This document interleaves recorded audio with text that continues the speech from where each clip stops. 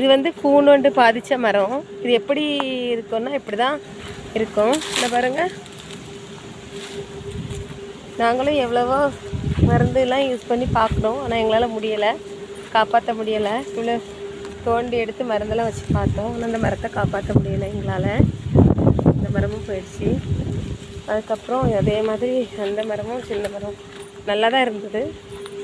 இந்த மரமும் அதே கூண்டுனால தான் சின்ன ஓட்டை தான் இருந்த மாதிரி இருக்கும். மரம் பட்டு போயிருக்கும். இந்த பாருங்கள், இப்படி ஓட்டை போட்டுருச்சு. அதுக்கப்புறம் இந்த மாதிரி கீழே இது வந்து அடியில் பார்த்தா தெரியும் நினைக்கிறேன். இந்த மாதிரிலாம் ஓட்டை போட்டு இதுக்கு மருந்தெல்லாம் கொடுத்து பார்த்தோம். இந்த மரத்தை எங்களால் காப்பாற்ற முடியல. நேற்று தோப்பை சுற்றி பார்க்கும்போது ஒரு சின்ன மரம் நல்லா இருந்தது.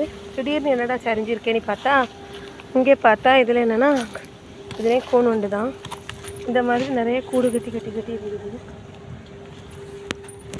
ஒவ்வொரு கூடுலையும் வண்டு உள்ளே இருந்தது.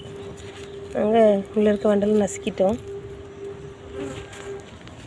இந்த மரமும் போச்சு. இதுவும் கூண்டுனால தான். இந்த மரத்தில் அதே மாதிரி இருந்தது ஓட்டை.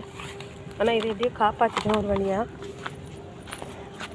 அதை பார்த்திங்கன்னா தெரியும். இந்த மாதிரி தான் மனுஷனுக்கு புத்துணர்வு வர மாதிரி தான் மரங்களுக்கு இந்த கூண்டு.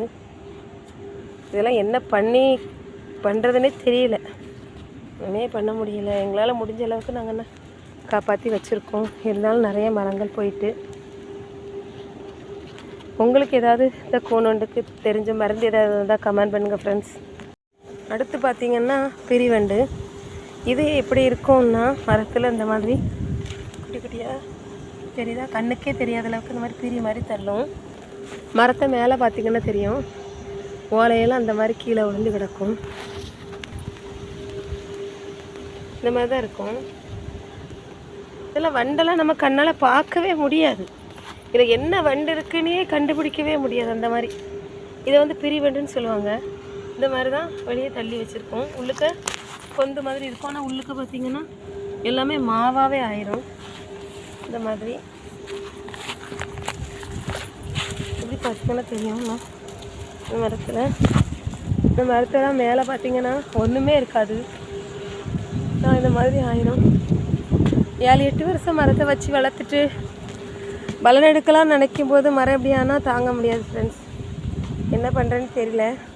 இந்த பிரிவண்டுக்கு உங்களுக்கு தெரிஞ்ச ஏதாவது மருந்து இருந்தால் சொல்லுங்கள் தயவுசெய்து. உங்களுக்கு தெரிஞ்சவங்க யாராவது இந்த மாதிரி தோப்புனால இப்படி மொத்தமாக மரங்கள் வந்து பிரிவண்டுனால இந்த மாதிரி பாதிச்சிருக்குது அப்படின்னா உங்களுக்கு தெரிஞ்சு மருந்து எதாவது இருந்தால் சொல்லுங்கள். அந்த மாதிரி ஆயிரும். இதெல்லாம் லேசாக தான் லேசாக தான் இந்த மாதிரி இருக்குது. அதுக்குள்ளே மரம் எப்படி இருக்குன்னு பாருங்கள். இங்கே பாருங்கள், இதுவும் அதே மாதிரி பிரிவண்டு தான். வெத்தலை துப்புறீங்கன்னாங்க லேசாக வந்துச்சு. தென்னை மரம் வாடலைன்னு சொன்னாங்கன்னு சொல்லிட்டு அதுக்கு தெரிஞ்ச மருந்தெல்லாம் பார்த்தோம். ஆனால் மேலே போனதுக்கப்புறம் பார்த்திங்கன்னா தெரியும், வெளியே ஒரு மாதிரி மாவாக தள்ளி இந்த மரம் அப்படியே செத்து போயிடுச்சு. எங்களால் காப்பாற்ற முடியல. ஒரு மரமும் அதே மாதிரி பட்டு போச்சு. ஒரு சிலர் சொன்னாங்க அந்த மரத்தில் இருந்து தான் இன்னொரு மரத்துக்கு நோய் பரவுது, அதுக்குள்ளே இருக்க வண்டெல்லாம் சாவணும்னா நீங்கள் மரத்தை கொளுத்தி விட்டுருங்கன்னு சொன்னாங்க. நாங்கள் அதையும் செஞ்சு பார்த்தோம், கொளுத்தணும்.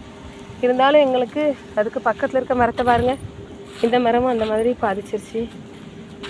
பண்ணுறதுனே தெரியல. மொத்தத்தில் நாங்கள் எங்களால் முடிஞ்ச அளவுக்கு எவ்வளவோ மருந்துகள் பார்த்தோம். கை மருந்து பார்த்தோம், ஆர்கானிக்கில் பார்த்தோம், பசுமை பூமியில் பார்த்தோம், எல்லாமே பார்த்தோம். எங்களால் மரத்தை காப்பாற்ற முடியல. பார்த்திங்கன்னா தெரியும். எத்தனோட போட்டேன் இதுதான் இருக்கும். இது என்ன நோய், பிரிவண்டு மாதிரி தான். வண்டெல்லாம் நம்ம கண்ணுக்கு தெரியவே செய்யாது. ஆனால் பார்க்கும்போது வண்டு கண்ணுக்கு தெரிஞ்சால் கூட இதான் வண்டு நம்ம பார்க்கலாம். ஆனால் இதில் வண்டு வந்து கண்ணுக்கு தெரியவே செய்யாது. திடீர்னு இப்படி வெத்தலை துப்பிங்கனாக்கா வரும்.